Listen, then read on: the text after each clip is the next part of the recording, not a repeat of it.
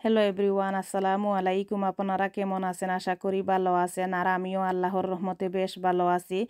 তো আজ আমি গরম মশলা বানাইতেছি আর আপনাদের সঙ্গে শেয়ার করব কিভাবে আমি গরম মশলাটা বানাই।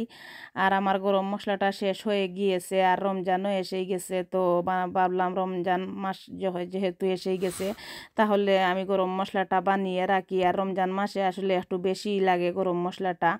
তো আমি বানিয়ে রাখতেছি। আর এভাবে ঠেলে গরম মশলা বানিয়ে রান্না করলে তরকারিতে খুবই ভালো লাগে। তো আমি সব সময় এভাবে বানাই। তো আমি গোটা গরম মশলাগুলোকে প্রথমে আমি ঠেলে নিতেছি, একে একে আমি সবগুলা গরম মশলাকে ঠেলে নিব। আর পরে এগুলাকে আমি ব্লেন্ড করে নিব। আর আমি আইসল্যান্ড থেকে এক প্যাকেট গোটা গরম মশলা মিক্স ছিল, এগুলা নিয়ে এসেছি। আর আমি এক্সট্রা আরও কিছু গরম মশলা দিয়ে দিতেছি, এলাচি, স্টার মশলা, এগুলা দিয়ে দারুচিনি, এগুলা দিয়ে আমি ঠেলে নিতেছি। সবগুলাকে মুচমুচে করে আমি ঠেলে নিয়েছি।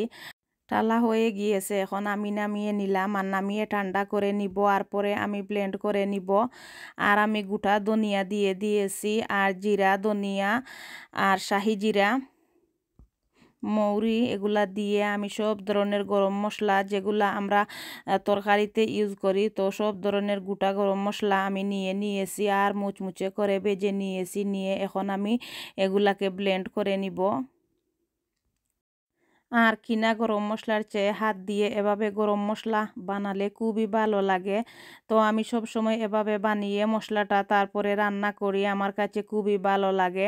আর ঠেলে নিলে আমার কাছে মনে হয় আরও একটু বেশি ভালো লাগে, কারণ চালা যে একটা গ্রান বের হয়, এটা আমার কাছে খুবই ভালো লাগে। তো আমি সব সময় আসলে এভাবে বানিয়ে নেই। তো এই তো এখন আমি সবগুলাকে ব্লেন্ড করে নিতেছি, নিয়ে আমি মশলাটা বানিয়ে রাখবো। এয়ারটাইট কন্টেনারে ভরে রাখলে আসলে অনেক দিন ভালো থাকে, তো আমি এভাবে ভরে রাখি। তো ভিউয়ার্স, আজকের ভিডিওটি ছিল এ পর্যন্ত। আপনারা সবাই ভালো থাকবেন আর আমার পরিবারের জন্য দোয়া করবেন। আর আমিও আপনাদের জন্য দোয়া করি। আল্লাহ সবাইকে ভালো রাখুক, সুস্থ রাখুক, নিরাপদে রাখুক। তো আজ এ পর্যন্ত। আসসালামু আলাইকুম।